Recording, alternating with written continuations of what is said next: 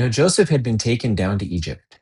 Potiphar, an Egyptian who was one of Pharaoh's officials, the captain of the guard, brought him from the Ishmaelites who had taken him there.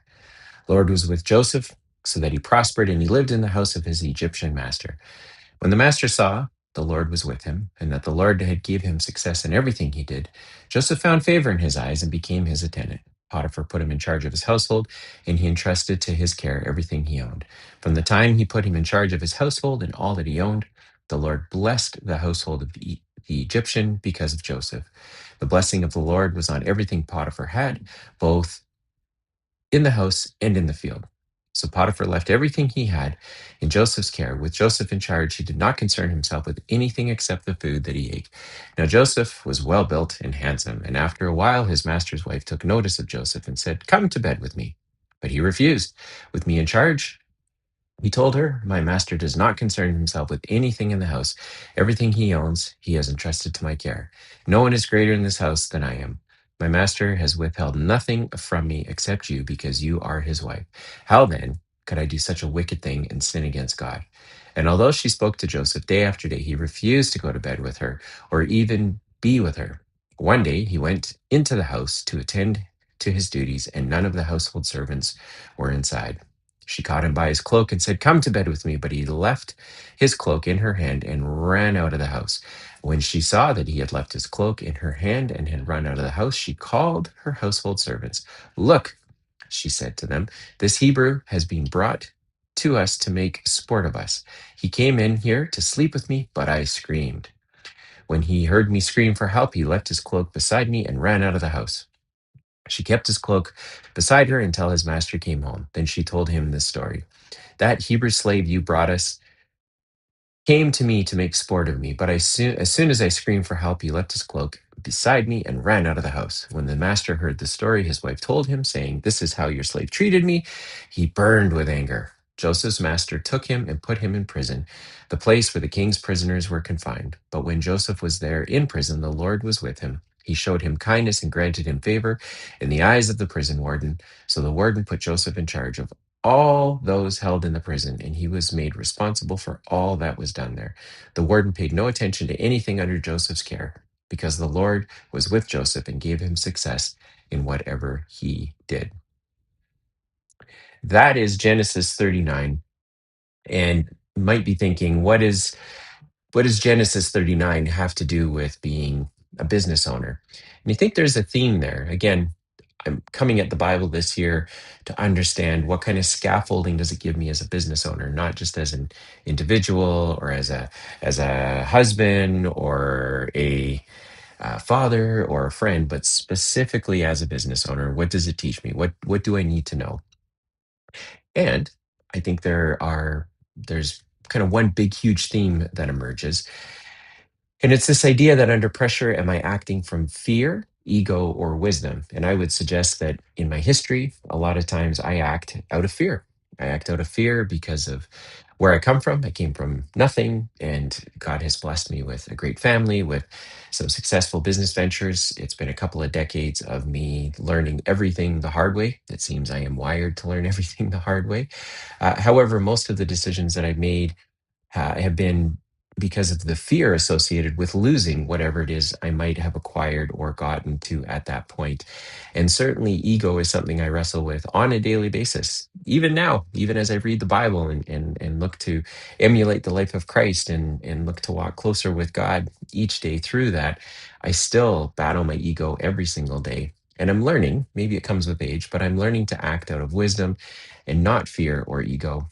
And as I look at wisdom, what I find there is that I should be allowing God to be God and simply doing the next best thing that I can with whatever it is that I've been entrusted with. And in Joseph's case, one of the things I think about, of course, is why didn't Joseph defend himself? But in the context of Joseph's story, first of all, God blesses Joseph. Joseph goes through, if you've read the story of Joseph, you know all of this. If you haven't, it's a pretty great story of how the life of a business owner can look with the ups and the downs, but it's also a story that helps us understand just how life works and where God is in all of that.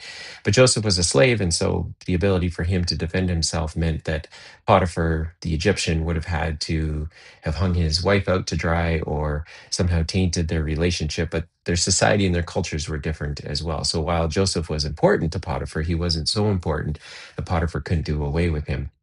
And I think that it highlights that at the time, if you imagine you're Joseph, it can be difficult to trust God when circumstances don't make any sense, right?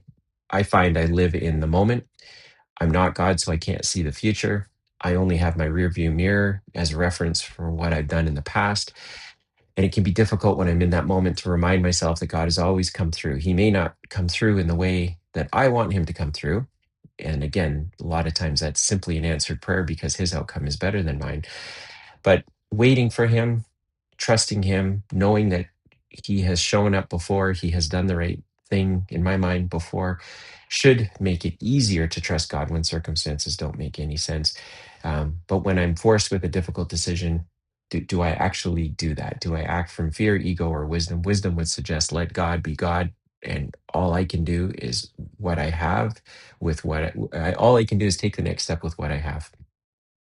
I think we live in a broken and unjust world.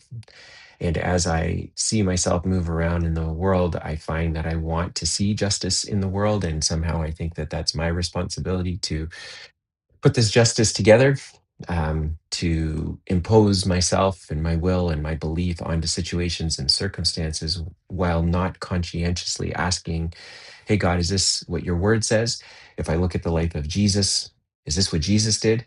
And I'm reminded that it's not my job to create a just world. It's my job to run a business that can be stable, that can be durable, that can provide livelihoods for people who are in fact valuable, and the business should allow their value to come through so that they can generate and capture most of that value for themselves and for their families and their communities and so forth.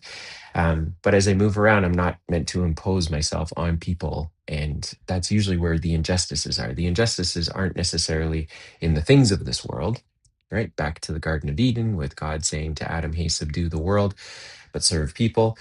He didn't say serve people. I have drawn that conclusion out of reading the Bible that we're meant to subdue the earth and serve people. But I'm not meant to deliver, like, justice comes because people are unjust, and I'm not meant to deliver any kind of response to that. I'm meant to do what I can do within the constraints of what God has blessed me with. But as I look to the life of Christ, which is where this gets real for me, because I believe he was the Son of God, that he walked the earth as a man, even though he was God. Um, and he came into his creation to show us what his kingdom is going to look like when the story is all over. In Joseph's world, we don't know what the end of the story is, so you can read the passage I just read and say that seems really unjust. But if you look at the arc of Joseph's life, you can see how God did something great with his life. And in Christ, we see that same thing. He was crucified on a cross. History tells us that. We know that. With great confidence, we can know that.